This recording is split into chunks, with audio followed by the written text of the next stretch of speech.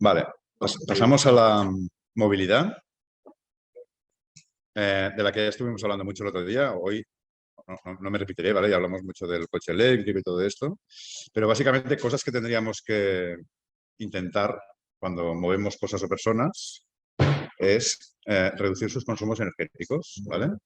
En este sentido, por ejemplo, aquí solo apuntaré, esto no es muy estructurado, ¿vale? Solo apuntaré líneas para que vosotros tiréis del hilo cuando os imaginéis estas situaciones particulares cotidianas. Pero una cosa clarísima es que no tiene nada que ver, desde el punto de vista energético, desplazar 80 kilos de carne en un sub, ¿sabes? En un todoterreno de estos que pesan 2 toneladas, o hacerlo en un autobús, por ejemplo, compartido lleno de gente, ¿vale? La media de ocupación del vehículo privado en Barcelona, por ejemplo, es de 1,2 personas.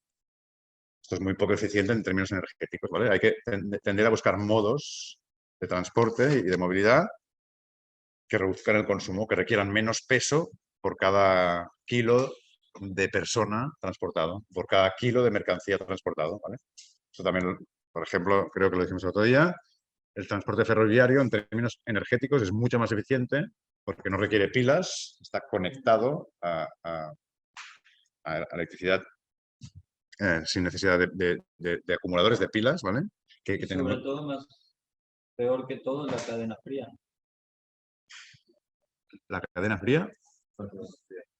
Todo lo que aparte se tiene que transportar a una cierta temperatura. Ah, sí, pero ahora estamos hablando de otra cosa. Estamos comparando el transporte ferroviario de mercancías o de personas con el transporte por carretera en camiones o en autobuses de mercancías o personas, ¿vale? Y hay tres cosas que cambian mucho del sistema ferroviario. Aunque nos parezca más antiguo que los camiones eléctricos, ¿vale? El tren es eléctrico, es mucho más eléctrico que el camión eléctrico, porque no requiere baterías. Pero es que además tiene mucho menos rozamiento de las ruedas con el soporte, porque el neumático tiene mucho más rozamiento que el metal, ¿vale?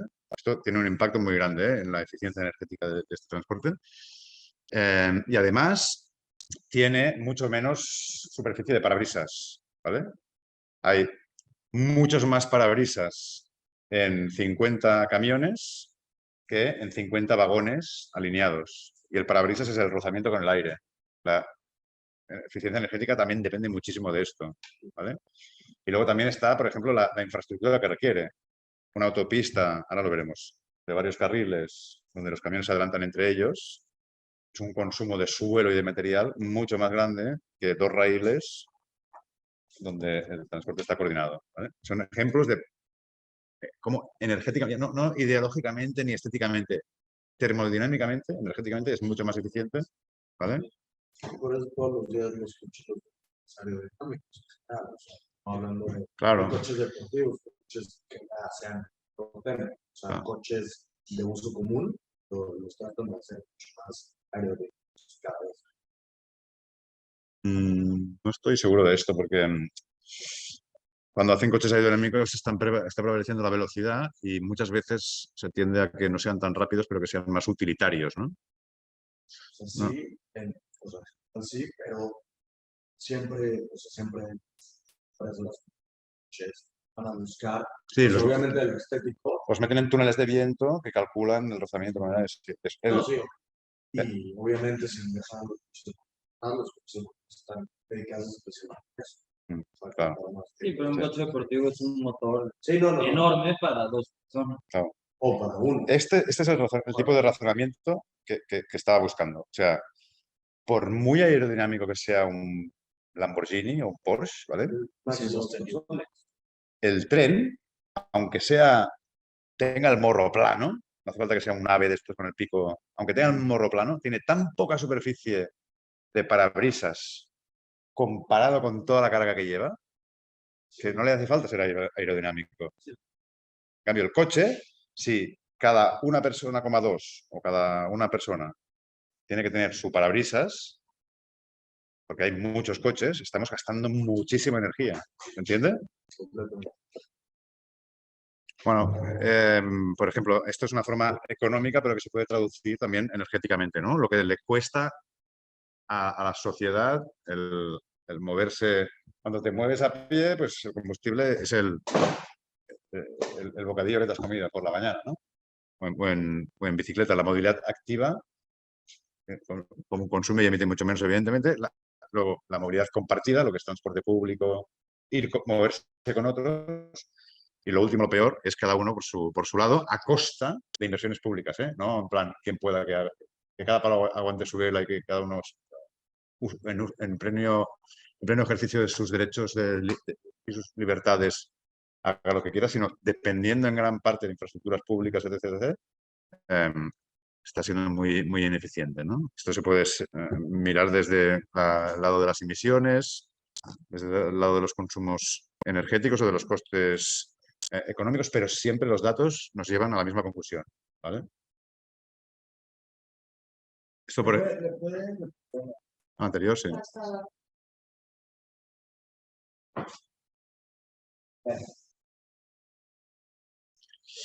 Mirad esta, por ejemplo. Esta es una exacerbación. No, ya no voy a comparar el coche con el autobús, sino comparativa entre autobuses, entre modos de transporte público, ¿no? PAX significa pasajeros, ¿vale? Cuanta más gente consigues que se mueva junta, más eficiente energéticamente eres, aunque esto también tiene unas implicaciones territoriales muy grandes, porque el primer vehículo, el de arriba de todo, tiene mucha más implicación, mucha más capacidad de distribución capilar de gente en distintos puntos.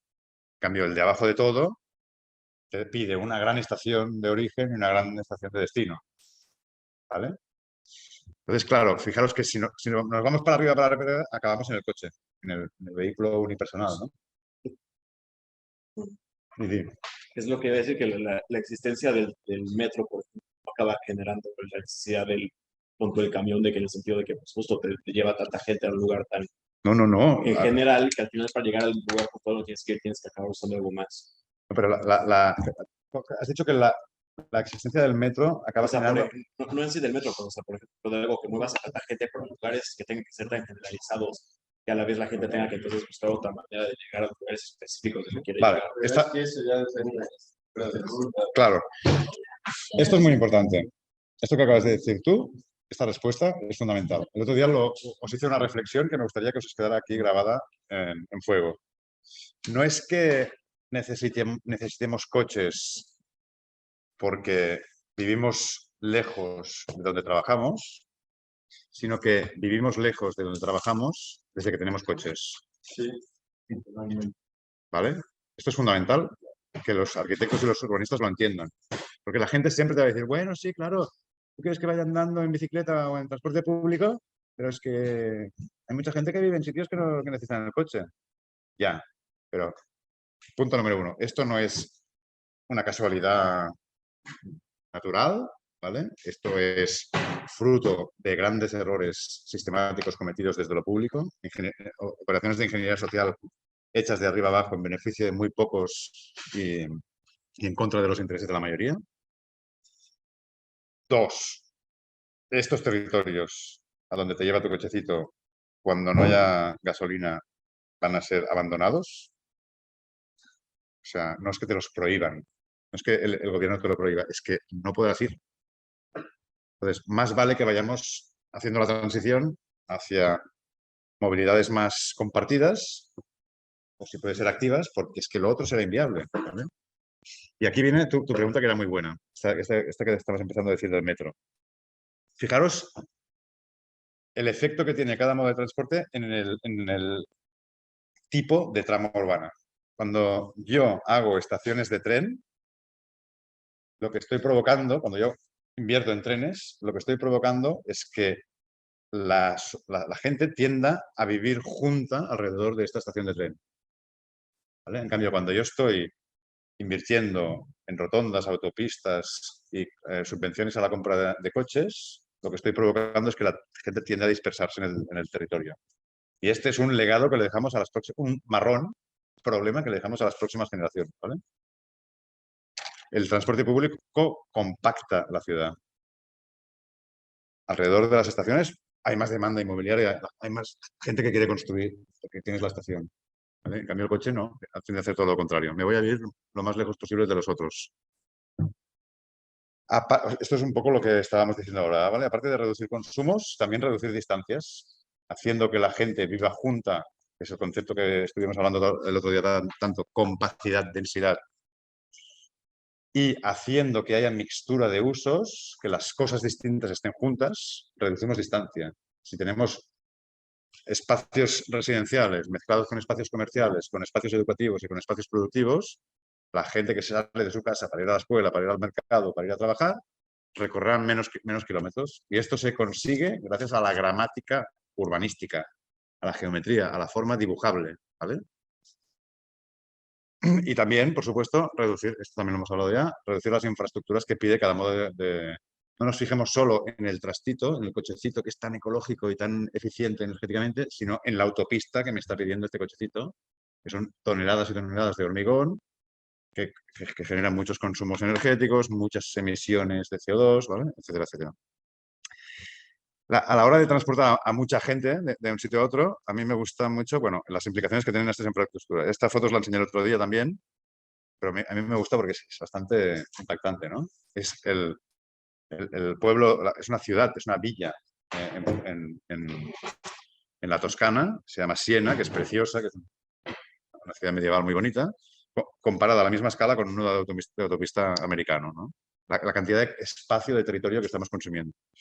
Y a mí esta foto también me gusta mucho porque en la misma situación tienes dos infraestructuras muy distintas que son capaces de llevar a la misma cantidad de gente, pero el impacto geográfico, geométrico, físico, de materiales, de energía, de emisiones que tiene cada uno de los dos, ¿no? Salta a la vista, ¿no? La diferencia. Entonces, bueno, como decíamos el otro día, tenemos que recuperar la compacidad de las ciudades que han sido compactas. No es una cuestión cultural, idiosincrática. Los catalanes lo hacen así y los suecos lo hacen así, sino que todas las ciudades del planeta eran mixtas y compactas antes de que apareciera el coche. Todas tenían densidades suficientes como para poder compartir servicios y distancias caminables de escala humana.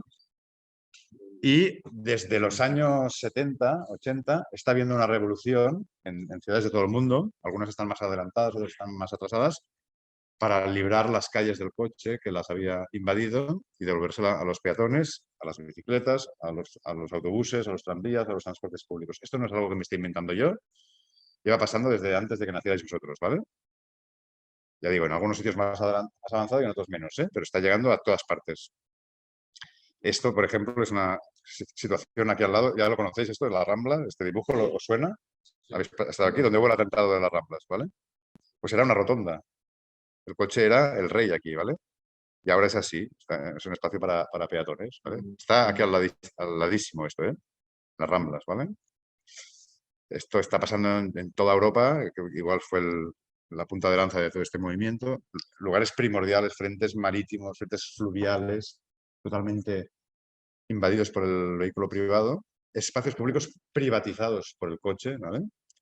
Pues se han transformado para ganar más espacio al verde que fija carbono, que limpia el aire, la contaminación y que promueve la movilidad en bicicleta, a pie, la interacción social, el descanso, el ocio. Si yo tengo en mi ciudad parques y lugares como este, bonitos para pasear, igual el fin de semana ya no me apetece tanto, ya no tengo tanta necesidad de escaparme de la ciudad donde hay ruido y contaminación y mis niños no pueden jugar seguros y llevármelos en coche al monte o al campo donde hay naturaleza y donde los niños pueden jugar sin que les atropellen.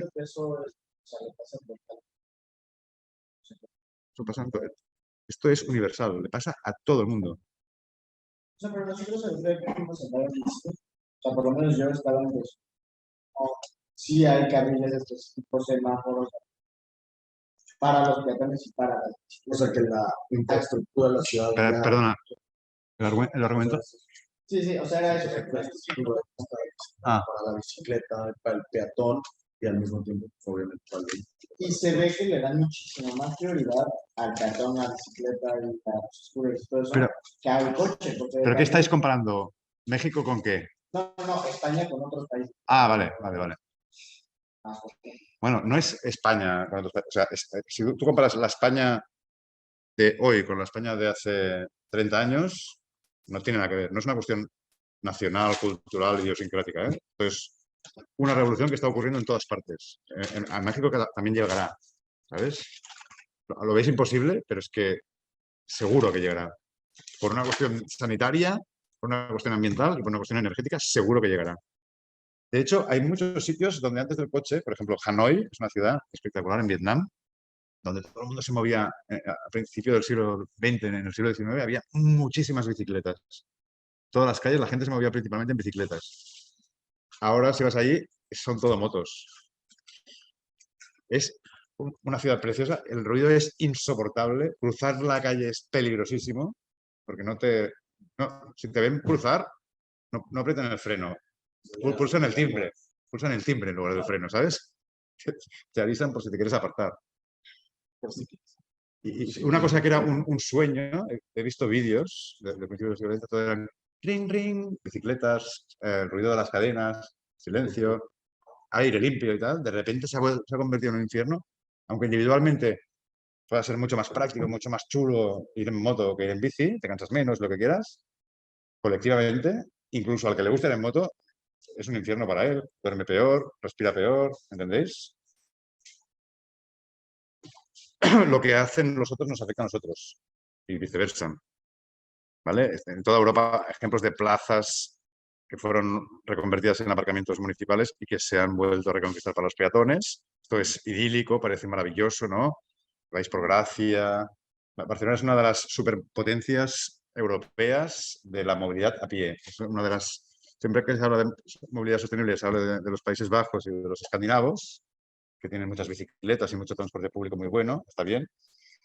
Pero Barcelona es es la ciudad europea que tiene una ratio de viajes de casa al trabajo a pie más elevada. ¿Vale?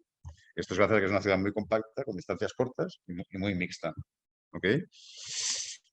También, aparte de los peatones, pues las bicicletas. Mejor los peatones que las bicicletas, ¿eh? ¿Sabéis por qué? ¿Por los accidentes? Por ejemplo. ¿Qué más? También hace que te desplaces más lejos de bicicleta. Sí, te puedes desplazar más lejos con la bicicleta. Es verdad. Pero no todo el mundo puede ir en bicicleta. La gente mayor, los niños pequeños, la gente que no ve bien, la gente que no tiene dinero para comprarse una bicicleta, la gente que tiene miedo de que le roben la bicicleta, ¿no? O sea, si puedes, no digo que al fuego las bicicletas y viven los peatones, no estoy haciendo esto, ¿eh? Simplemente estoy haciendo como consideraciones, matices, ¿vale? Si se puede hacer a pie, no hace falta que se haga en bicicleta. Si se puede hacer en bicicleta, no hace falta que se haga en autobús. Y si se puede hacer en autobús, no hace falta que se haga en coche, ¿me entendéis? Es como una priorización del transporte público en los países escandinavos. Esto es Copenhague.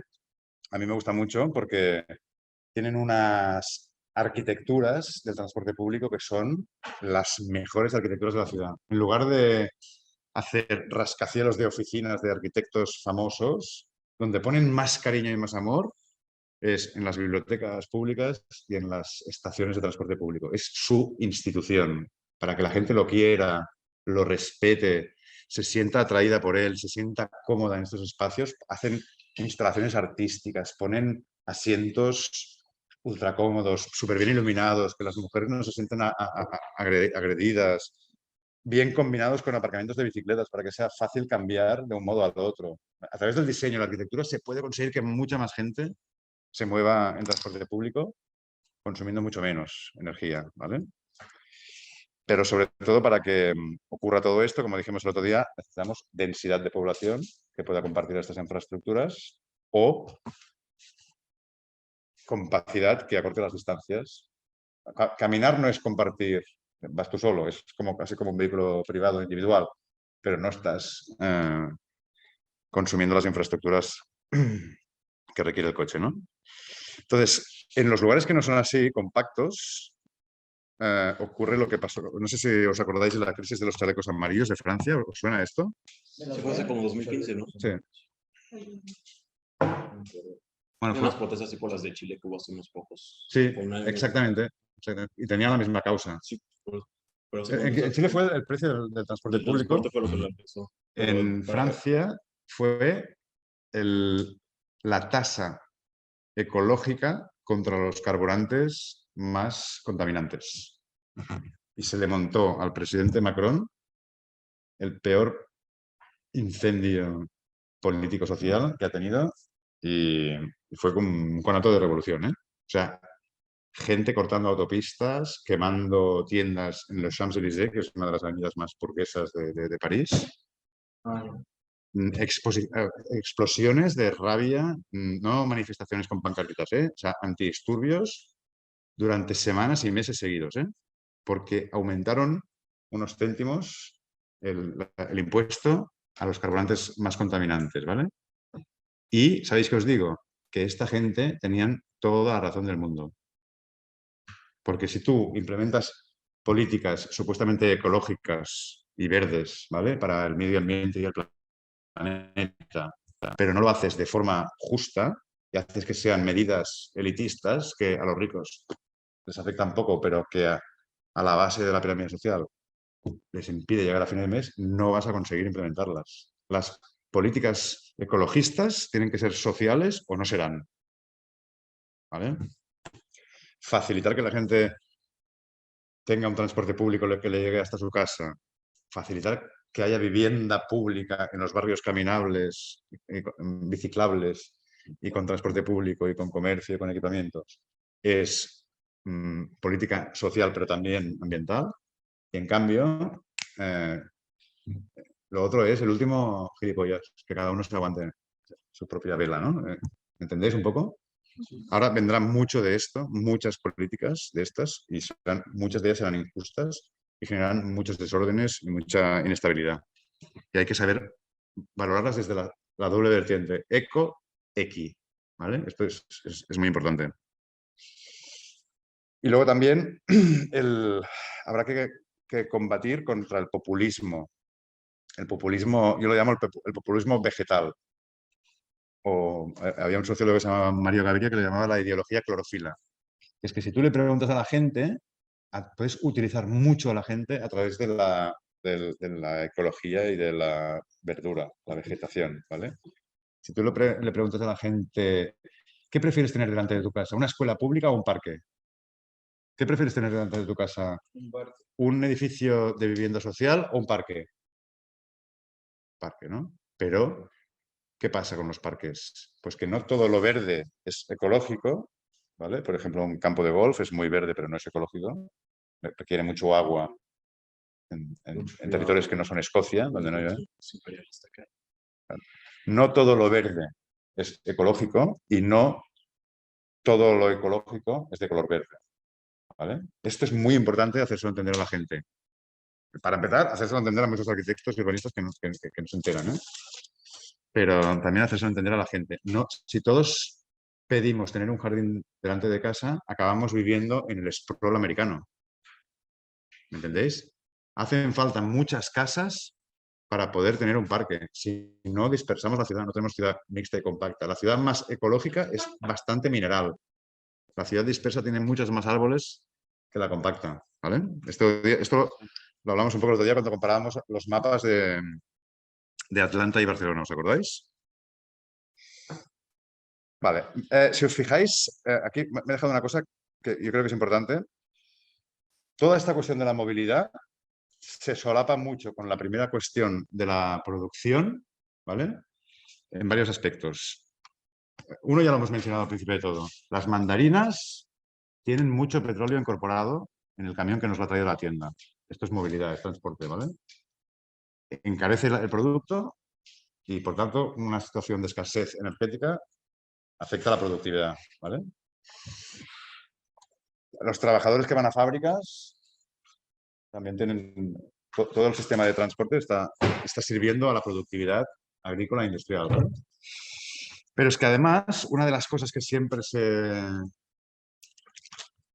olvida, que muchas veces se pone como argumento contra la descochificación de las ciudades y la sociedad, es que la industria del motor genera muchos puestos de trabajo. ¿Os acordáis que lo hablamos el otro día? Yo os dije que los motores eléctricos tienen muchas menos piezas móviles que los de combustión y que impedirán menos. Pero hay que buscar alternativas a estos puestos de trabajo. No salvar los puestos de trabajo, que son inviables, se van a terminar sí o sí, sino salvar a esos trabajadores para que transiten hacia otros trabajos más útiles para la sociedad y que les den valor añadido y empleo de calidad, ¿vale? Esto lo veremos ahora con la cuestión de la vivienda. Esta es la 3 ya, ¿eh? Está todavía más desordenada.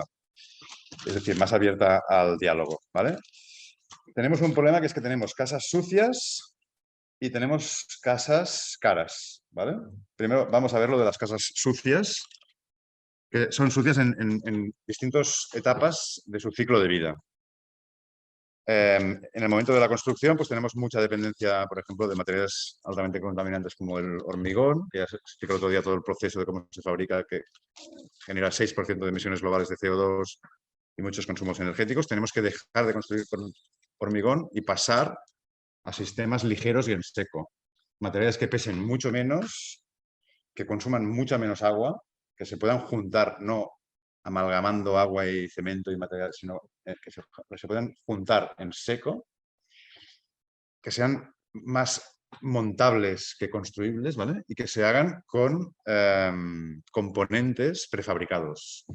Construir las casas como estamos fabricando los coches, básicamente. Seguimos construyendo con técnicas muy antiguas.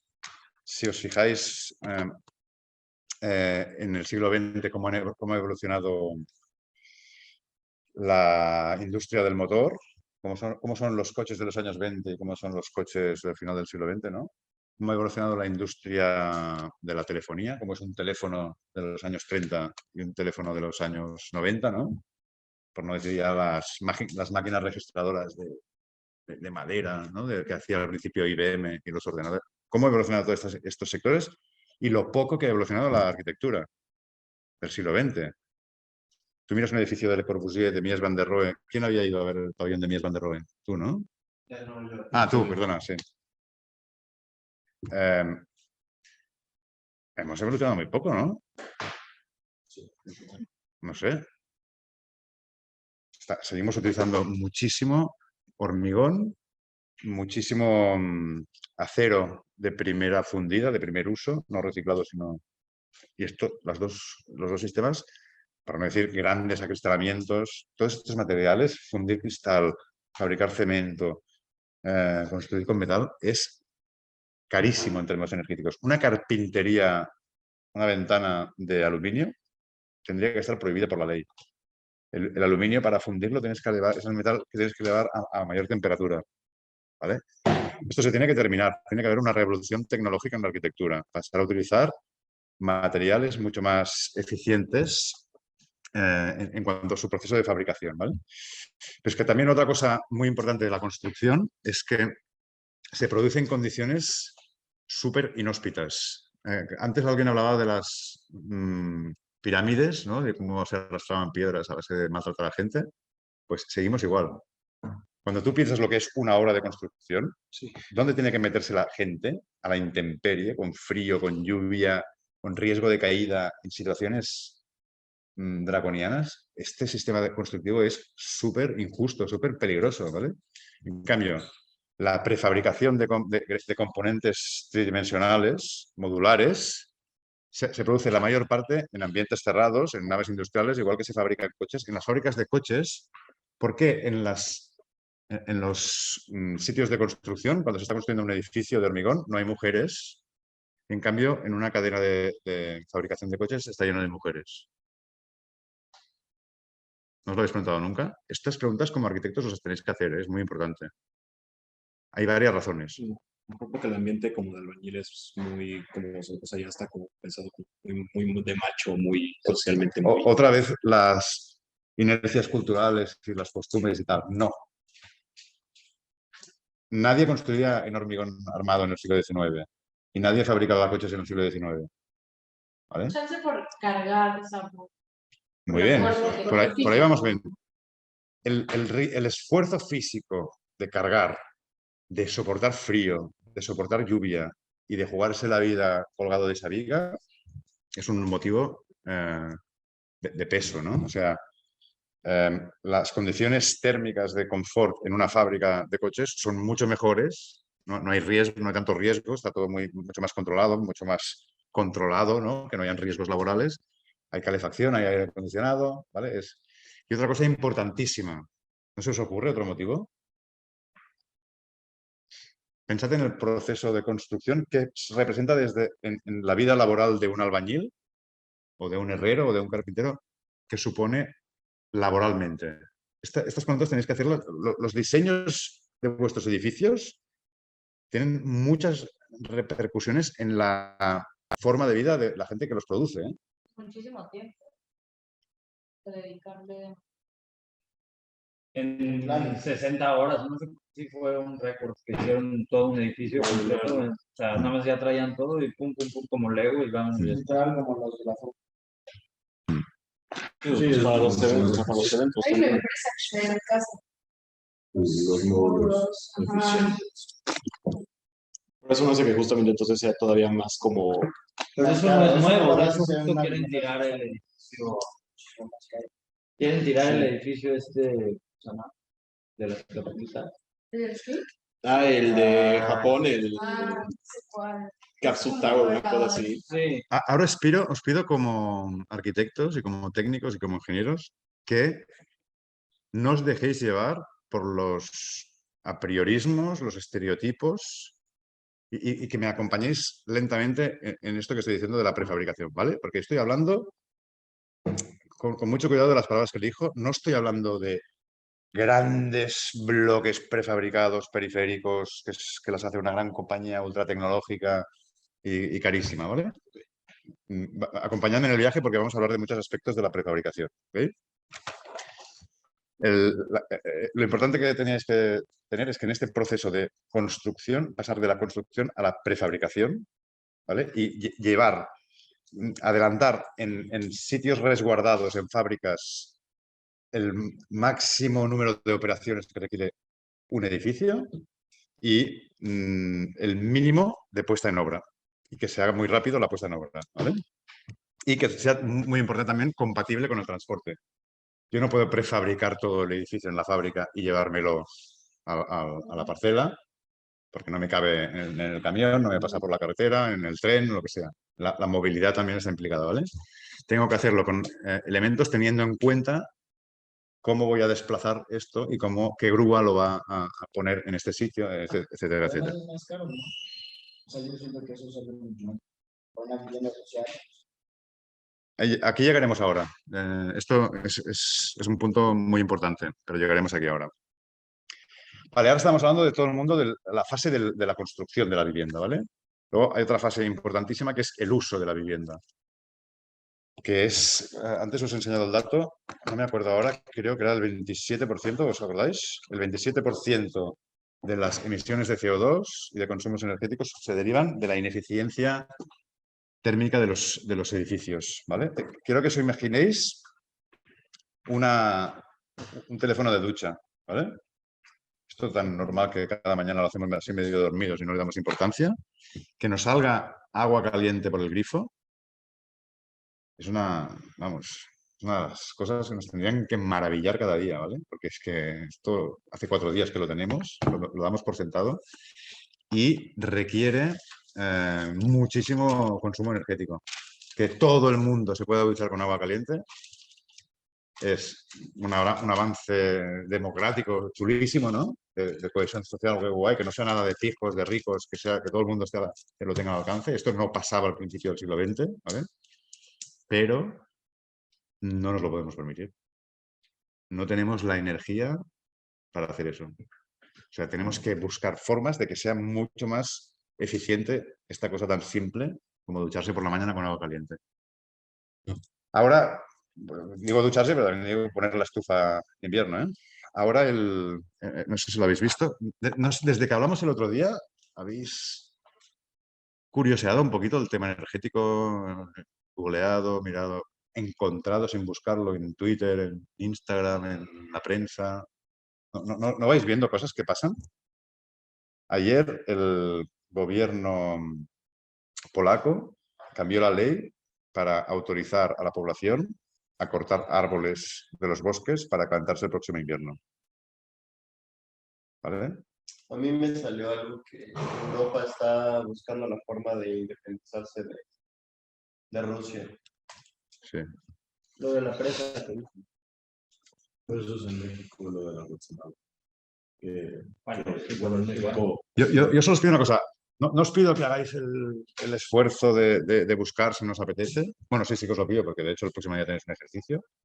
Pero digo, en vuestra vida, cuando ya se separen nuestros caminos, pero sí que os pido que activéis esta capa y que vayáis viendo cositas que pasan que no te las juntan y te las enseñan todas juntas de forma sistemática, porque ya os he dicho antes que no les va a ser fácil explicarlo a la población, pero están ocurriendo cosas que son, esto que os digo de Polonia nos parece bastante heavy, que la gente vuelva a cortar troncos para calentarse. Pues igual ahorita eso que yo vi es que México está en la peor sequía que hay en toda la historia. Claro. En Monterrey no llega. No. Esto, gracias por decir esto porque me había despistado. O sea, cuando os he dicho, por favor, imaginaros un teléfono de ducha, ¿vale? Quería reflexionar sobre qué tiene que ocurrir para que una cosa tan excepcional, aunque parezca normal, ocurra, ¿vale? Tenemos que transportar mucha agua a muchos sitios distintos, con presión, y tenemos que tener puntos donde calentarla. ¿Sí? Si la calentamos mal, el uso excesivo de combustibles fósiles va a provocar un calentamiento global con unos cambios de tendencias meteorológicas que provocarán muchos acontecimientos meteorológicos extremos, es decir, lluvias torrenciales, inundaciones, pero también muchísima sequía. O sea, ducharnos por la mañana puede cerrarse el ciclo haciendo que no tengamos agua para ducharnos. ¿Veis un poco ¿Estoy flipado o veis la conexión?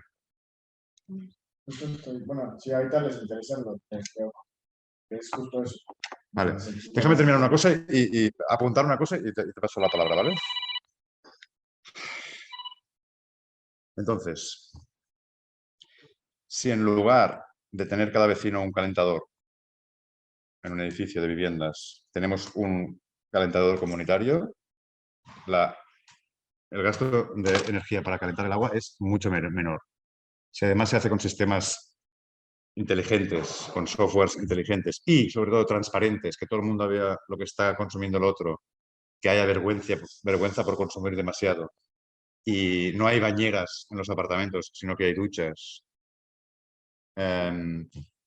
¿Veis que todo esto son cuestiones de diseño tecnológico y tal, pero que pueden tener impacto? Esto es lo que os pido que... Eso es algo que bueno, queríamos hacer en... Perdona, que él tenía una cosa que decir. Acuérdate de esto, que ahora enseguida le pasa la palabra a él y luego pasas tú, ¿vale? Solo un último ejemplo de esto que es... ahora se está atendiendo, yo ya lo he hecho en varios proyectos, a generar comunidades energéticas. ¿Os suena esto? Una comunidad energética es... No esta lógica inmobiliaria de la que vamos a hablar es su casa lo tiene todo. ¿Eh? Usted tiene su nevera, su lavadora, su calentador, etc. No, ahora se tiende a que tú formes parte de una comunidad energética donde el hecho de estar con otros no solo te abarata el servicio, el consumo y las emisiones y tal, sino que además te lo mejora. ¿Por qué? Porque si somos unos cuantos pagando una sola caldera, un servicio técnico que la revisa, un contrato de leasing con una compañía que nos la moderniza cuando toca, en lugar de ser de alquileres, de propiedades de alquiler, por ejemplo.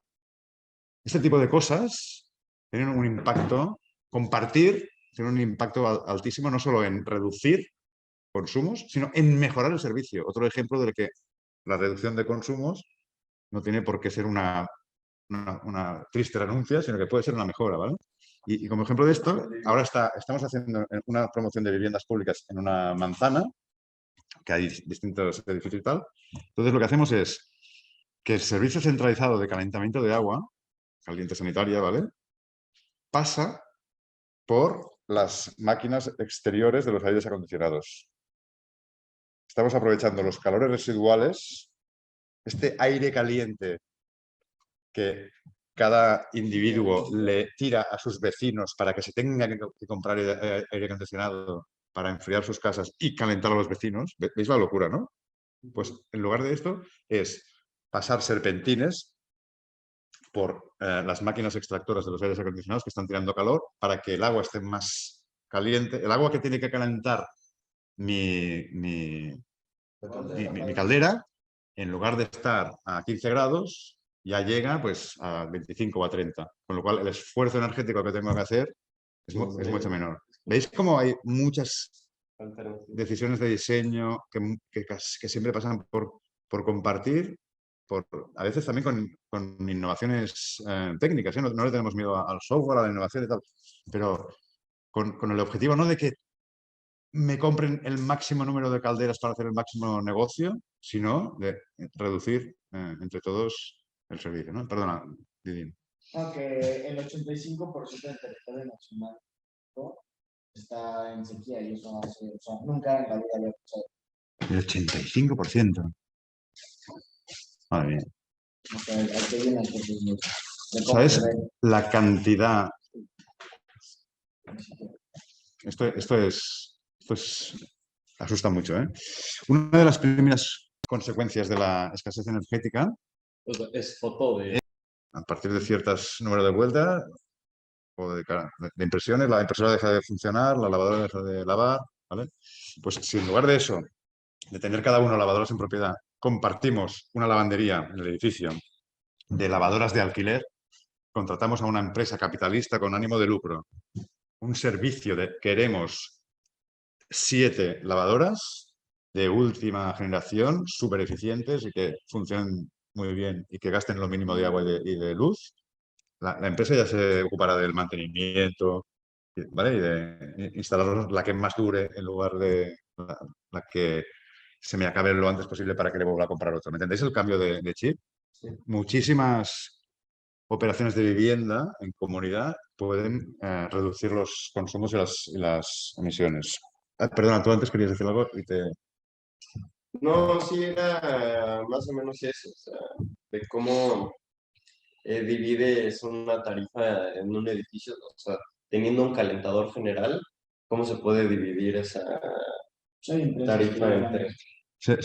Pero sí, ya los que lo ponen seguramente saben ese proceso. O sea, por ejemplo, en un hotel, siempre tenemos que fijarnos en el hotel más pijo y burgués y caro de Nueva York como referencia para hacer un buen edificio de vivienda social socialista. Porque está todo optimizado. Seguro que no tienen un calentador en cada habitación. Seguro que no tienen una lavadora en cada habitación. Tienen una lavandería centralizada, una caldera impecable, ¿sabes? Que funciona de última generación, que hay un técnico específico que la revisa cada día. ¿Me entendéis? Si lo hace así la meca del capitalismo global, es que vale la pena, es que es eficiente, ¿vale? O sea, no le tengamos miedo a compartir infraestructura, porque muchas veces es la solución, ¿vale? Vale, estamos en el uso de la vivienda. Muy importante las carpinterías, las pérdidas, las fachadas que no están bien aisladas, ¿no? Tenemos muchos edificios que en Barcelona, por ejemplo, es clarísimo. Hay poco frío en Barcelona, pero cuando hay frío, un par de semanas o un mes en invierno, yo tengo amigos alemanes que han dicho que nunca había pasado tanto frío, ¿sabes? Los edificios están muy mal aislados térmicamente, se producen muchas pérdidas. Os he defendido mucho estos días la ciudad compacta entre medianeras, pero cuando una medianera está expuesta, está regalando calefacción al espacio público, ¿vale? Está tirando billetes de euros por la ventana.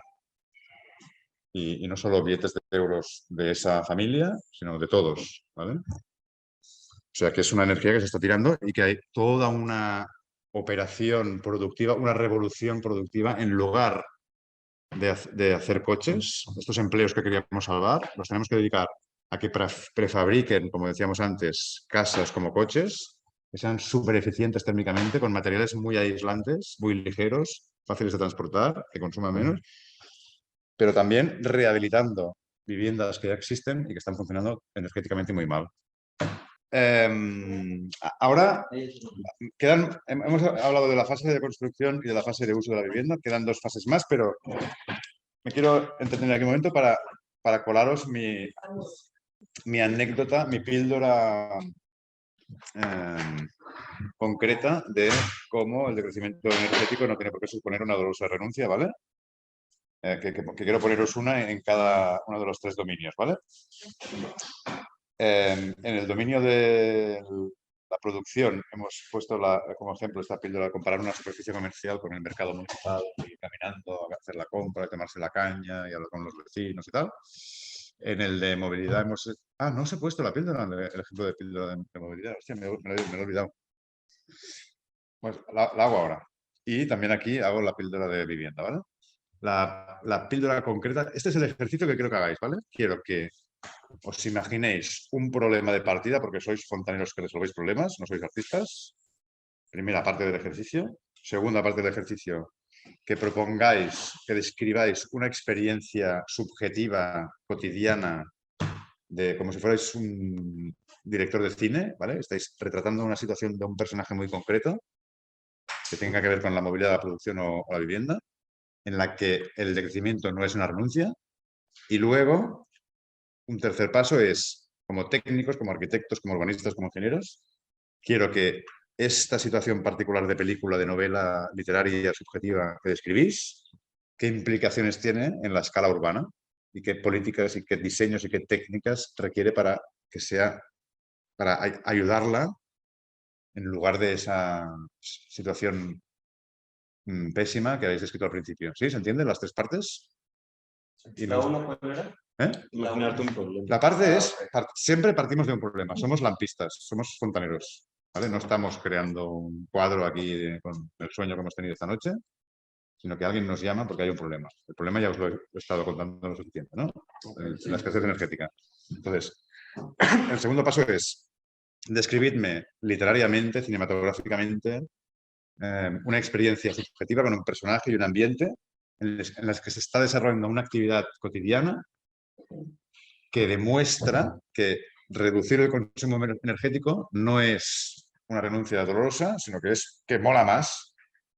Que además de ser más... Sí, que es un plus. Es un plus, además de ser más eficiente, más ecológico, más justo socialmente, además es que mola más, ¿vale? Os he puesto el ejemplo del supermercado en coche tal contra el mercado municipal andando, interacción social y tal, ¿vale? Tengo una pregunta rapidísima. O sea, por ejemplo, sabemos, o hemos dicho que, no sé, el metro y todo eso funciona muchísimo más que un coche que es solo para 2 personas o para... Pero ¿qué pasa? O sea, eso lo estamos hablando, bueno, seguimos en el problema, pero ¿qué pasa cuando hay una pandemia COVID o así que eso se suspendió totalmente? Totalmente. Ha tenido un impacto brutal en los 3 frentes que estamos hablando. Pues mira, podemos terminar así hoy, si os parece bien. Sí, Me gusta el tema que introduces, está muy bien. Lo dejamos para el final de todo esto, ¿vale? sí. Porque afecta a los 3 frentes, además. A la vivienda, a la movilidad Sí, y a la no producción. puedes compartir tanto. Nada. Claro. Sí, Nada. Todos, No, pero esta pandemia y el confinamiento han tenido impacto en los 3 ámbitos. sí, sí. En el, por ejemplo, teletrabajo, confinamiento en casa, quédate en casa, No había movilidad casi. miedo al metro. ¿No? Pues había movilidad de producto. Pero porque ¿os tenías parece bien que lo necesidad. dejemos para el final esto para Bueno, sí, acabar? ahora. Vale.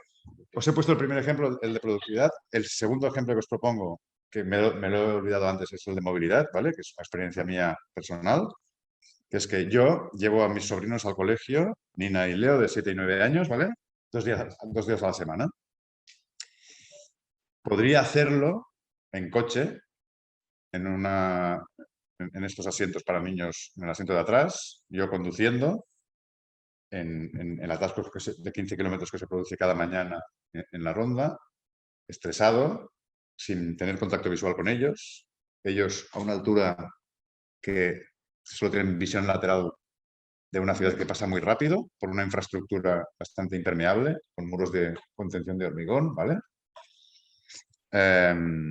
O puedo hacerlo andando, es decir, haciendo ejercicio, jugando a observar el paso de las estaciones. Mirad, ya están saliendo las primeras hojas de la primavera. Mirad, ya se están cayendo las hojas del otoño. ¿Eh? Jugando al veo-veo, parándonos, yendo a una velocidad que permite hacer otras cosas, hablar, ¿qué habéis hecho? ¿Cómo han ido este fin de semana en París? No sé qué, ¿sabes? O sea, como dialogando, jugando, entreteniéndonos, teniendo contacto visual, ¿sabes? Contacto físico, tocándonos las manos, mucho más divertido. Mucho más saludable, divertido, experiencial, ¿sabes? A ellos y a mí nos va mejor, nos enriquece, ¿vale? Este es el ejemplo de movilidad. Y ahora viene el ejemplo de vivienda, que también es un ejemplo mío, que es igual consideráis que es una pijada, una cursilada, ¿eh? Pero a mí es una cosa fundamental. Tengo la suerte de que en mi casa, donde el tendedor donde cuelgo la ropa para que se seque, le da el sol, ¿vale? Entonces las sábanas de mi cama se secan al sol. Si comparo lo que significa utilizar una secadora que calienta, seca la ropa rápido, que consume muchísima energía, con lo que significa tenderla y que se seque al sol, el olor que hacen las sábanas que se han secado al sol no tiene nada que ver con el de la secadora. ¿Sabes? O sea, el tejido dura mucho más, pero es que además la experiencia, el olor es totalmente distinto. Y consumo muchísima menos energía. ¿Vale? Es un ejemplo cursi, si queréis, muy peculiar, tonto, pero este son el tipo de situaciones que me gustaría que partierais de la situación cotidiana particular y luego la escalarais a nivel urbano, qué diseño, qué políticas, qué consumos ahorraríamos, ¿no? ¿Qué tipo de... Tampoco quiero que hagáis una tesis doctoral, ¿eh? Quiero que cada uno de vosotros hagáis una exposición de 3 diapositivas, 5 si queréis, cortita, de 3-4 minutos, ¿vale? Tenemos 1 hora para hacerlo y que sea así como variada. Os dejo elegir libremente cada uno de los 3 frentes, el que queráis, pero estaría muy bien que estuvieran un poco repartidos, o sea, hablároslo un poco entre vosotros, ¿vale? Que no pase que nadie hable de movilidad o que nadie hable de vivienda, ¿vale? Este último ejemplo se entiende, ¿no? Que era de vivienda, consumo energético en el ámbito doméstico, en la parte de uso, ¿vale? Pero todavía quedan 2 fases más, lo haré rápido para que tengamos tiempo de hablar del COVID y de la pandemia. A ver, como arquitectos le damos mucha más importancia al diseño, al proyecto y al acto de construir algo, que es un acto casi como muy viril, ¿no? ¡Pam! Me pongo aquí, transformo y hago mi juguete y lo pongo en el sitio, que hay una cosa que es mucho más invisible, que es lo que llamamos mantenimiento, ¿vale? Pero cuando un edificio tiene un ciclo de vida largo, por ejemplo, el edificio donde yo vivo se construyó en 1850, ¿vale? Ahora los edificios que se están construyendo ahora, por normativa, tienen que, las normativas sobre estructura, resistencia de materiales y tal, establecen que tienen que tener una durabilidad de 75 años. Tendría que ser más, pero como mínimo 75 años, ¿vale? Bueno, pues en el orden de longevidad normal de un edificio, las operaciones de mantenimiento suponen mucho más consumo energético y emisiones que el acto de construir el edificio. Es decir, que un edificio se construye varias veces a lo largo de su vida. ¿Me entendéis? Al principio, la sustitución de partes, cosas que dejan de funcionar, reparaciones, cosas que se han estropeado y tal, significa que varias veces el edificio se está construyendo a sí mismo. Igual que las células de nuestro cuerpo se regeneran cada 7 años, pues las partes de un edificio también. Y si lo cuentas todo con un BIM a lo largo de estos 75 años, de estos 150 años, te das cuenta de que el movimiento de materiales, la aportación de materiales, los consumos energéticos y las emisiones que esto ha supuesto, es varias veces mayor que el acto de construir. Por lo tanto, esta parte es importantísima. Si podemos diseñar soluciones constructivas que en lugar de estar basadas en aglomerados, con agua, lo que decíamos antes, mortero y tal, están hechos con juntas en seco, destornillables, ¿no? Que la sustitución de cosas sea más fácil. Si podemos diseñar de forma que los componentes del edificio, como las carpinterías, en lugar de tener como única solución posible la obsolescencia programada que hablábamos antes de las lavadoras, ¿no? Que es la sustitución total del elemento. Cuando yo instalo en un edificio carpinterías de aluminio Tecnal, no se pueden reparar. Si se estropean, se tienen que cambiar todas ellas, ¿vale? En cambio, si yo utilizo, por ejemplo, carpinterías de madera, estoy facilitando que las ventanas de mi habitación son del año 1850. Han sido reparadas varias veces, ¿vale? Esa misma madera, ¿ok? Ha sobrevivido más tiempo. Entonces tenemos que pensar en el patrimonio termodinámico del edificio, es decir, la energía embedded energy, la energía incorporada, eso. ¿Conocéis este concepto? La energía incorporada del edificio es lo que ya está allí, lo que ya ha emitido CO2 y ha consumido energía, tiene un valor añadido mínima de 75 años. Si luego duran 2000 años, pues nadie te dirá, Bueno, oye, te toca derribar. Justo ahora las aplicaciones tipo Leap, todas esas ya te piden, o sea, si quieres, por lo menos, según yo, ya te piden esos parámetros, ¿no? Sí, sí, sí. O sea, que los materiales duren tanto. Pero esto también nos lleva al razonamiento así más urbano de siempre es mejor rehabilitar que construir de nuevo, ¿vale? O sea, esto más como arquitectos igual ya empezamos a entenderlo más, como el espacio en el que estamos, ¿no? Que tiene su gracia añadida cuando es antiguo y ha sido renovado, no sé qué. Pero como urbanistas todavía nos falta mucho camino por aprender. Que es que la idea de que la ciudad del futuro ya está construida. No tenemos que hacer tabla rasa, derribar un distrito entero para construir un nuevo barrio ecológico. Esto no es ecológico. Lo ecológico es trabajar con lo que ya está ahí, ¿vale? Transformarlo, mejorar su aislamiento, sus instalaciones de agua, ponerle placas fotovoltaicas si hace falta, ¿vale? Lo que sea, pero aprovechar al máximo lo que ya está ahí. En escala urbana también, ¿vale? Y lo que nos tocará hacer en las próximas décadas, en buena parte, será, por un lado, abandonar cosas que son inviables, urbanizaciones que hay que regalárselas a la naturaleza para que se las coma otra vez. Pero por otro lado, volver a tejidos de generaciones previas y a actualizarlos para las necesidades de hoy, pero trabajar con lo ya dado, ¿vale? Esto en términos de vivienda pasado a la escala de barrio es muy importante. Bueno, y también esto nos obliga a el mantenimiento y el derribo se pueden fusionar, ¿vale? O sea, derribar un edificio tendríamos que considerarlo, igual que construir se convierte en una palabrota, más que construir hay que decir prefabricar o montar, ensamblar, ¿vale? No construir.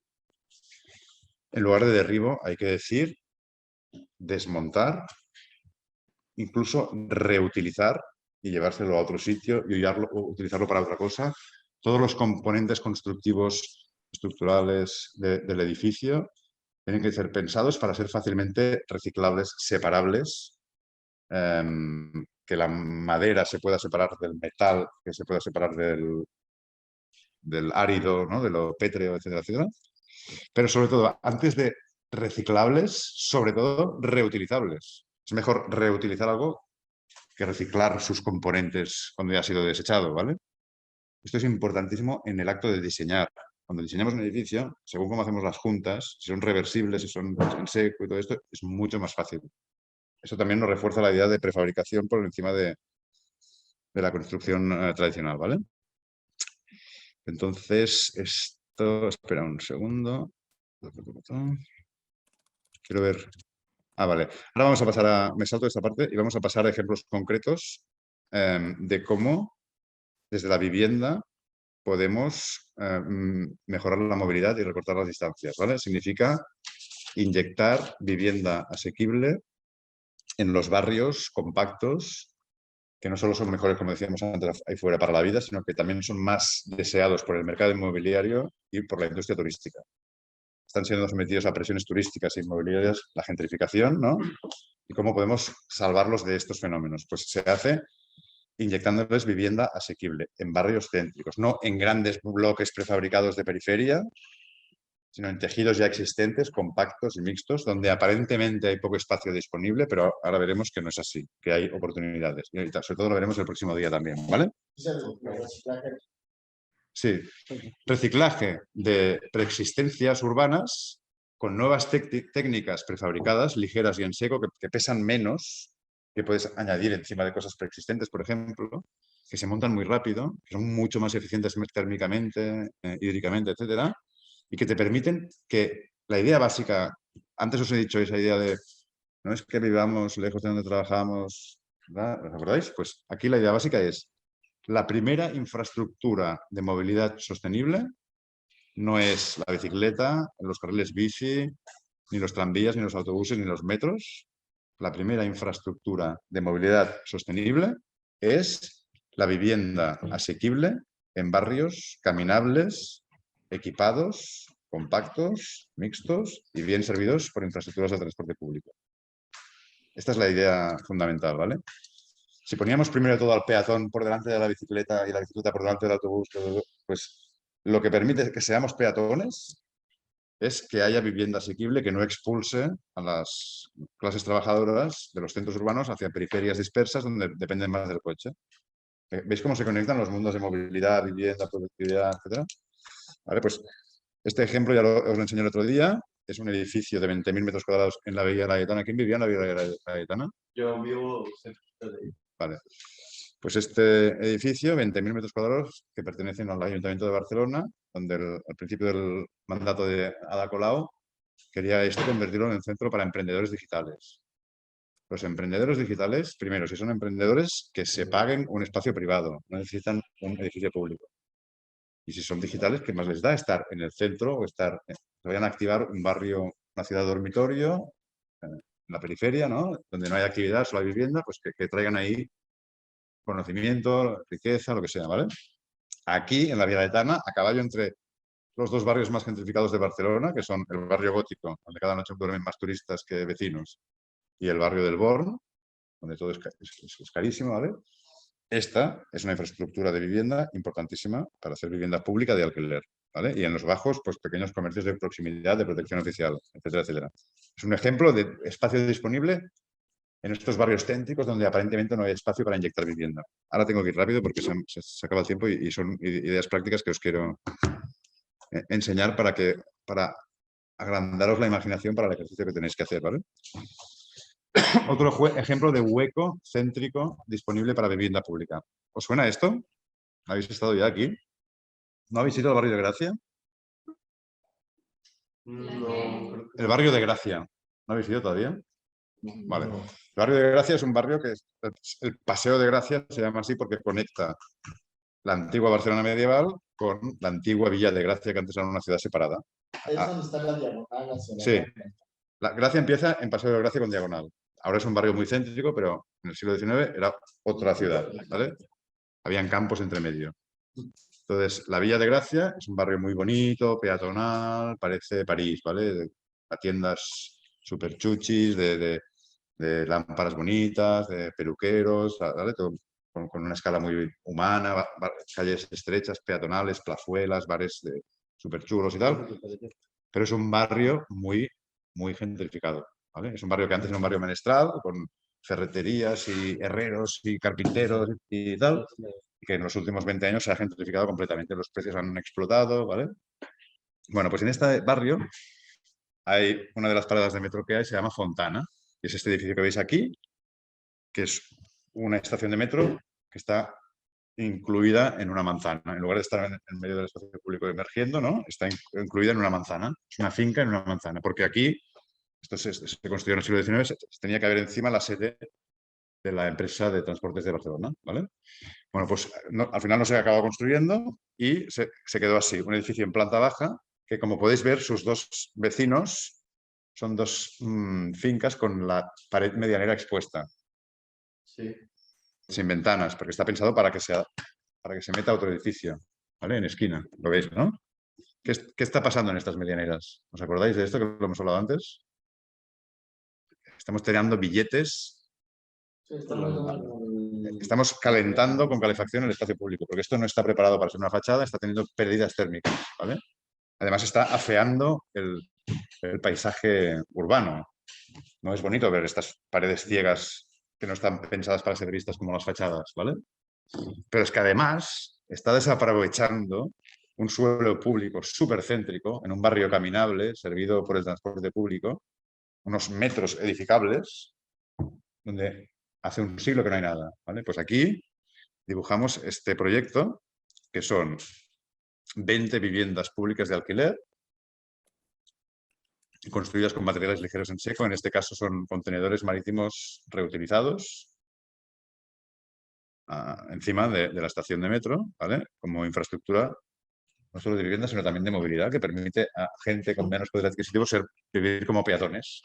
La estructura que se hace contra esto, bueno, la solución de emergencia que se hace cuando hay familias que son desahuciadas, muchas veces familias con menores, ¿vale? Es que el ayuntamiento les paga una pensión privada y mayoritariamente en lugares mucho más periféricos donde son más baratas las pensiones privadas, ¿vale? Esto como consecuencia tiene la consecuencia de que el tejido social del barrio se desgarra, las relaciones familiares, la escuela donde están matriculados los niños, ¿vale? La familia, los amigos, no sé qué, todo esto se desgarra y la familia se tiene que ir a vivir a otro territorio lejano. Pero además tiene otra consecuencia social, que es que estas pensiones privadas, pagar cada noche a una familia una pensión privada, aparte de que ahí están muy incómodos porque no es un sitio diseñado para vivir ahí permanentemente, sino es para estar de paso, para las arcas públicas acaba siendo carísimo, ¿vale? Y por ello decidieron hacer aquí este equipamiento de alojamientos temporales. Durante 5 años pueden estar aquí las familias desarrolladas del barrio hasta que se encuentra una solución más estructural. Igual ellos salen del bache por sí mismos o igual acceden a la bolsa de viviendas públicas ya definitivas, ¿vale? Esta solución para el ayuntamiento supone la mitad del coste que supone alojar a las familias en pensiones privadas, ¿vale? O sea, es más barata. Pero además, en este caso, lo hicimos con una estrategia que estamos proponiendo a varias ciudades, que es inyectar pequeñas promociones de viviendas públicas de alquiler, construidas con estas técnicas de prefabricación ligera y en seco, en calles disponibles en el tejido urbano, ¿vale? A veces son, como en este caso, un solar edificable que se estaba usando como espacio público. A veces son fincas que no han agotado su edificabilidad y que todavía aceptan 1, 2, 3, 4 plantas encima dentro de la normativa vigente, ¿vale? Pero buscando con cuidado estos huecos, que son pequeños, se puede inyectar mucha vivienda pública en estos barrios gentrificados, ¿vale? Entonces, la gracia de esto también es que no son estas grandes promociones periféricas a las que solo acceden las grandes empresas constructoras, sino que haciendo como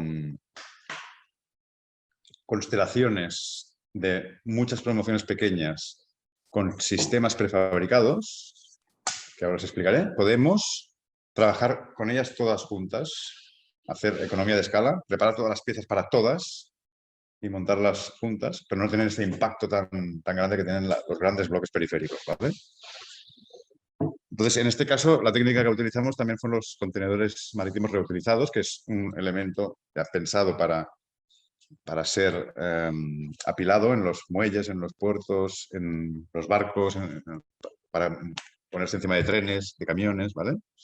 Estas fijaciones, también os hablé el otro día, los twist locks, que son reversibles, puedes apilar hasta 7 plantas tranquilamente.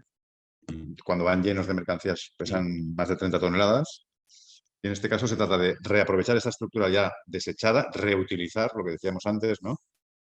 Lo cual hace que la construcción de la estructura sea mucho más rápida. Estos contenedores entraron por las Ramblas y se colocaron en obra en 2 días. Toda la estructura del edificio estaba terminada en 2 días, ¿vale? Pensad que una estructura de hormigón, como bien sabéis, tarda 28 días en fraguar. Tienes que ir esperando cada planta para ir superponiendo más hormigón, ¿no? Los tiempos son muchísimo más rápidos de ejecución, pero es que además esta estructura que venía en camión, dentro ya traía todos los acabados, los baños, las cocinas, los pladures, ¿vale? Las carpinterías, todo instalado ya. O sea que acortamos muchísimo el tiempo de obra y mientras se está pidiendo permisos y contratando tal, se está en la fábrica ya avanzando la obra. ¿vale? Que se hacen mucho más rápido, en condiciones más cómodas, lo que decíamos antes, etcétera, etcétera. Entonces, evidentemente, esta imagen que veis aquí es un escándalo, ¿no? Es grotesco. La gente se enfadó muchísimo. ¿Qué pasa aquí? Que están apilando contenedores de puerto en el barrio gótico. Esto no respeta el paisaje urbano, ¿no? En el periódico The Guardian llegó a salir latas de sardinas para los pobres, ¿no? La gente aquí pasará mucho calor y mucho frío, ¿no? Esto fue el escándalo porque no estamos acostumbrados a ver este tipo de construcciones. Cuando pasamos junto a una obra de hormigón también es muy fea y también parece que hará frío si no tiene fachadas ni ventanas, ¿no? Solo está el esqueleto de hormigón, pues pasaría lo mismo, pero ya estamos acostumbrados. En cambio, en este caso, como no estamos acostumbrados, estalló el escándalo. Pero una vez terminada la fachada con los acabados, etcétera, etcétera, ni se nota que esto se ha hecho con contenedores marítimos reutilizados, ¿vale? Pero, ¿qué ha ocurrido aquí? Pues que la construcción, el metro cuadrado ha salido considerablemente más barata que la construcción convencional de vivienda pública en Barcelona, que el tiempo ha sido escandalosamente más corto. Se ha pasado de 7 años a 7 meses para hacer un edificio desde el principio hasta el final, desde el tablero de dibujo hasta la entrega de llaves, ¿vale? Y que la energía embebida y la huella de carbono del edificio es muchísimo menor, porque no se utiliza, no solo porque no se utiliza hormigón, sino porque no se funde metal, se reutiliza metal ya existente, ya fundido, y además porque tiene un nivel de eficiencia energética AAA, unos aislantes térmicos, un comportamiento, una eficiencia térmica e hídrica por encima de lo habitual. O sea, ha salido más barato, más rápido, que también es dinero, y es más sostenible. ¿Vale? Es un ejemplo de solvencia que esto ha ganado premios de la Unión Europea, de diseño, del FAT. Luego, si queréis jugar a hacer arquitectos de revista, pues también funciona, no pasa nada, podéis serlo, ¿vale? Pero respondiendo como fontaneros a preguntas, a problemas concretos, ¿vale? Y ahora ya terminamos en 4 minutos. Esto es una provocación, pero no es broma, ¿vale? O sea, yo esto, lo que os voy a decir, me lo creo profundamente. ¿Ok? Me tratan de payaso, por lo que os voy a contar ahora. Esto os hablé el otro día de la Ronda de Barcelona, esta barrera que dificulta la relación de la ciudad con sus 4 márgenes naturales, que fue la partida más cara de los Juegos Olímpicos y que se construyó en exclusiva para el vehículo privado. Nada para el transporte público, nada para la vivienda pública. Cantidades ingentes de metros cuadrados expropiados a los privados, pagando a precio de mercado para hacerlos públicos, pero para dárselo al vehículo privado y no a otras cosas más necesarias, ¿no? Aparte de este coste de expropiación de suelo, todo el coste de construcción de muros de hormigón, ¿vale? Carísimo, emisiones energéticas, etcétera. Bueno, pues yo lo que propongo para esta infraestructura que todavía está dando toda vuelta a Barcelona y que tiene una longitud maratoniana, 42 kilómetros, es entregárselo al transporte público y a la vivienda pública, con una gramática urbanística propia de la ciudad mediterránea, que son las fincas pequeñas, estrechas, entre medianeras, con pequeño comercio en planta baja, ¿vale? Las manzanas compactas, ¿vale? Entonces, el primer paso es quitarle al coche 2 carriles, incluso 4, ¿vale? Hacer estaciones puente que utilicen la mediana de la autopista para como andén y hacer pasar, en lugar de coches, pues autobuses o tranvías, da igual, porque en realidad será un metro, porque no tiene semáforos, no tiene cruces, ¿vale? Y si en lugar de hacerlo, como está en el dibujo, 2, se hace con 4 carriles, entonces podemos hacer como el metro de Nueva York, que tiene 2 velocidades. Una línea que para en todas las paradas y otra que para solo cada 5 paradas, de forma que te puedes cruzar la ciudad mucho más rápido, ¿no? La inserción de la línea de pilares de la estructura nueva permite cubrir este espacio con jácenes mucho más pequeñas, no con las losas que se suele cubrir ahora, que son para soportar el peso de camiones y árboles con mucho más canto, ¿vale? Y entonces se parcela todo este suelo público supercéntrico en primera línea de mar, en primera línea de los huertos de Llobregat, del parque fluvial de Lesós, de los bosques de Collserola, se parcela y se entrega a los privados. Se entrega a cooperativas, la parte que pueda construir el ayuntamiento que lo haga si quiere, pero este suelo público se entrega a pequeñas constructoras y promotoras privadas, ¿vale? Se entrega con una condición, con que la mitad de los metros cuadrados de vivienda que construyen aquí pasen a ser públicos y de alquiler. ¿Y esto por qué les compensa hacerlo a los privados? Pues porque en Barcelona el precio del suelo repercute en el 60% del coste final de la vivienda. Cuando tú compras un piso, el 60% de lo que estás pagando es suelo. Si este suelo se le da al promotor, se le puede pedir que como mínimo el 50% de los metros los devuelva como vivienda pública de alquiler. Con lo cual tenemos en la misma finca viviendas públicas y privadas, mixtura social, gente de distintas clases sociales viviendo en el mismo sitio. Además tenemos mixtura de usos, pequeño comercio en planta baja con viviendas encima, en lugares primordiales como la primera línea de mar. No esa imagen que os enseñé el otro día de diagonal al mar, esos rascacielos tan lejos del mar con la autopista pasando por en medio, ¿no?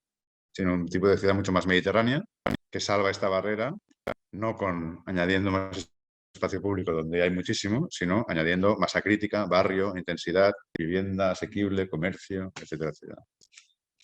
Esta es una vivienda, es una propuesta que le daría a Barcelona 100.000 viviendas públicas, ahora tiene 10.000, 10 veces las que tiene ahora, sin gastarse un solo euro público, ¿vale? Solo con la aportación de los privados.